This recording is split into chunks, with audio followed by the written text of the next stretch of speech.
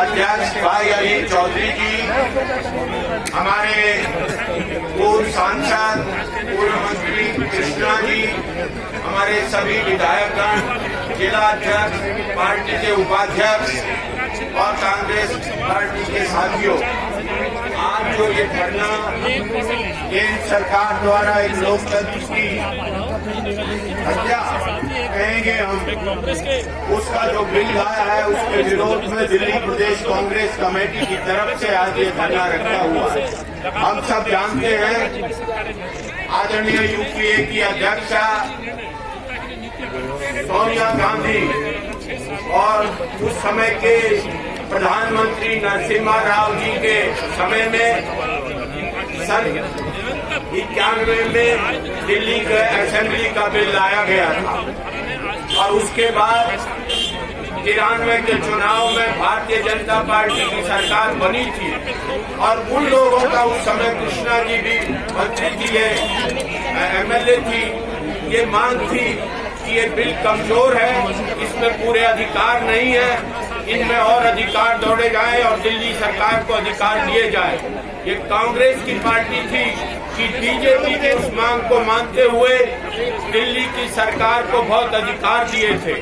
और सबसे बड़ी बात आज हमारी शर्मिंदगी की ये है कि जो ये केंद्र सरकार बिल लाई है ये सुप्रीम कोर्ट के बहुत फैसलों का हवाला देती है, लेकिन सर्वोच्च न्यायालय ने बिल्कुल क्लियर किया हुआ है कि कौन कौन से अधिकार दिल्ली सरकार के पास हैं। केवल लॉ एंड ऑर्डर लैंड के सिवाय सब अधिकार दिल्ली के पास है। आज से 15 दिन पहले कैबिनेट ने यह प्रस्ताव बीजेपी की लाई थी, लेकिन ये केजरीवाल जो झूठी आंसू बहाकर आज यहाँ धरने पर बैठा हुआ है, एक शब्द इसने नहीं बोला। आज केवल ड्रामा करने के लिए वो दिखा रहा है। हम सब जानते हैं कि ये बीजेपी से मिला हुआ है केजरीवाल, वो उसको कुछ नहीं कहता।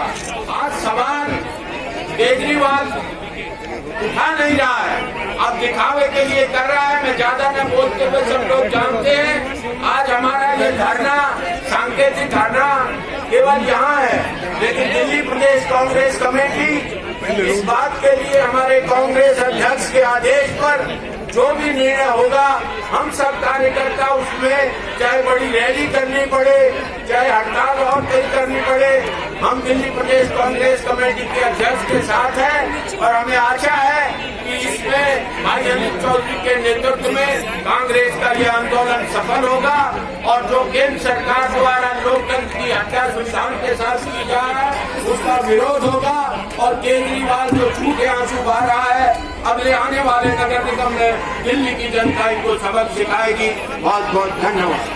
हैं भारत की पार्लियामेंट में एक दिल्ली से संबंधित एक कानून लाया गया है, जिस कानून के तहत अपना दिल्ली के अंदर विधायिका के अंदर कोई कानून बना पाएंगे और दिल्ली के अंदर ना कोई प्रशासनिक कोई निर्णय ले पाएंगे। यदि आपको निर्णय कानून बनाना है तो उससे पहले आपको इजाज़त लेनी पड़ेगी लेफ्टिनेंट गवर्नर साहब से, यानी कि दिल्ली के उपराज्यपाल से। और आप जानते हैं कि उपराज्यपाल साहब का कंट्रोल कहाँ है, यानी कि सीधे तौर पर देश के प्रधानमंत्री और गृह मंत्री निर्णय लेंगे। तो सीधे सीधे इन जो चुनी जो सरकार, इनका क्या औचित्य रह जाएगा? जो जनता ने सरकार चुनी है उन सरकारों का क्या मतलब रह गया? सीधे सीधे तानाशाही शासन की एक शुरुआत है और आप देख सकते हैं 6 सालों से जो बात कांग्रेस पार्टी कहती आ रही थी, आज उसका उदाहरण दिल्ली में देख सकते हैं। इसीलिए हम यहाँ बैठे हैं। यही कह सकता हूँ कि ये घड़ियाली आंसू बहाने बंद करें अरविंद केजरीवाल साहब और जवाब दें।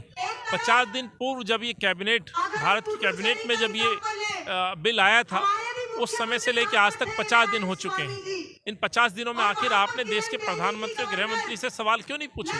समय क्यों नहीं मांगा? आपने क्यों आग्रह नहीं किया कि इस बिल की आवश्यकता नहीं है? कोई एफर्ट्स, कोई प्रयास किया? ये बताएं देश की जनता को और दिल्ली की जनता को। तो आज जब कांग्रेस पार्टी सड़कों पर विरोध कर रही है, वहां पर इस तरह का घड़ियाली आंसू बहाना, और कांग्रेस ने जब कॉल किया उसके बाद जैसे आपने बताया कि वो भी प्रदर्शन कर रहे हैं, तो कहीं ना कहीं अपनी घड़ियाली आंसू बहाने का काम कर रहे हैं। और सीधे तौर पे कहना चाहता हूं, अरविंद का मौन रहना, चुप रहना, कठपुतली की सरकार चलाना ये सिद्ध करता है कि उनका रिमोट सीधे अमित शाह और देश के प्रधानमंत्री के हाथ में है। देखिए, ये विवाद केंद्र की भाजपा सरकार और केजरीवाल की सहमति से उत्पन्न किया गया है, वरना पूछिए क्या कारण है। जब 2018 में सुप्रीम कोर्ट ने अपने 5 जजेस की बेंच ने फैसला देकर साफ कर दिया था कि दिल्ली के एलजी और दिल्ली के मुख्यमंत्री के क्या अधिकार है, विवाद तो खत्म था। अचानक क्या कारण है सोचिएगा कि 3 साल बाद ये विवाद दोबारा उत्पन्न कर दिया गया। क्यों किया गया दोनों द्वारा, कारण बता देती हूँ। दिल्ली में पेट्रोल 90 पार, दिल्ली में गैस का सिलेंडर 900 पार, दिल्ली हवाएं जहरीली हैं, हवाएं जहरीली हैं, पानी दूषित हो चुका है, कोरोना से दिल्ली बाहर नहीं निकली। अपनी नाकामियों से पूरा ध्यान भटकाने के लिए दोनों ने ये विवाद खड़ा किया है। केजरीवाल से पूछना चाहूंगी, 3 फरवरी को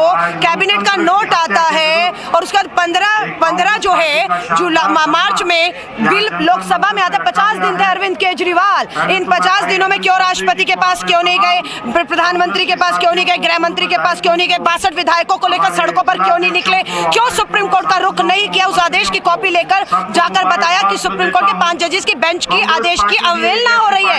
ये कैबिनेट कुछ नहीं किया, खामोश। जब दिल्ली कांग्रेस ने तय किया हम सड़कों पर उतरकर लड़ेंगे, दिल्ली के अधिकारों का हनन नहीं होने देंगे। अरविंद केजरीवाल आज यहाँ धरना देने आ रहे हैं। अभी भी कहूंगी, अरविंद केजरीवाल आपकी जगह कांग्रेस का मुख्यमंत्री होता ना, यहाँ धरना करने नहीं आता, 62 विधायकों को लेकर सुप्रीम कोर्ट जाता, राष्ट्रपति के दरवाजे जाता, स्टे लेकर आता और हनन इसको होने नहीं देता। ये ढोंग कर रहे हैं। देखिए, दिल्ली की पब्लिक के अधिकारों का हनन हो रहा है। यहाँ दोनों पार्टी, बीजेपी और आम आदमी पार्टी, दोनों की मिली भक्ति के कारण ये साजिश रची जा रही है कि पिछले दरवाजे से सत्ता पर कब्जा करना है इनका। जब 2019 में जब सुप्रीम कोर्ट ने ये फैसला दे दिया कि दिल्ली के अंदर चुनी हुई सरकार के पूरे अधिकार होंगे, उसके बाद आज क्या कारण हो गए कि दोबारा से वो बिल लेके आ रहे हैं जो फरवरी 10 के में लेके आए, इसके 10 फरवरी को लेके आए हैं। ये इतने दिन केजरीवाल क्यों चुप रहा, जो आज आके वो हल्ला मचा रहा है? ये कांग्रेस ही है जो पहले दिन से इस चीज का विरोध कर रही है। आज इसके खिलाफ केजरीवाल और भाजपा के खिलाफ आज हम धरना दे रहे हैं कि ये काले कानून जो दोबारा लेके आए हैं इनको वापस ले और जनता की सरकार चलने दे, चाहे वो किसी की भी सरकार बने, कांग्रेस हो, बीजेपी हो, आम हो। हम इस कानून के खिलाफ है। Like, share and comment. To subscribe this channel, please press the bell icon.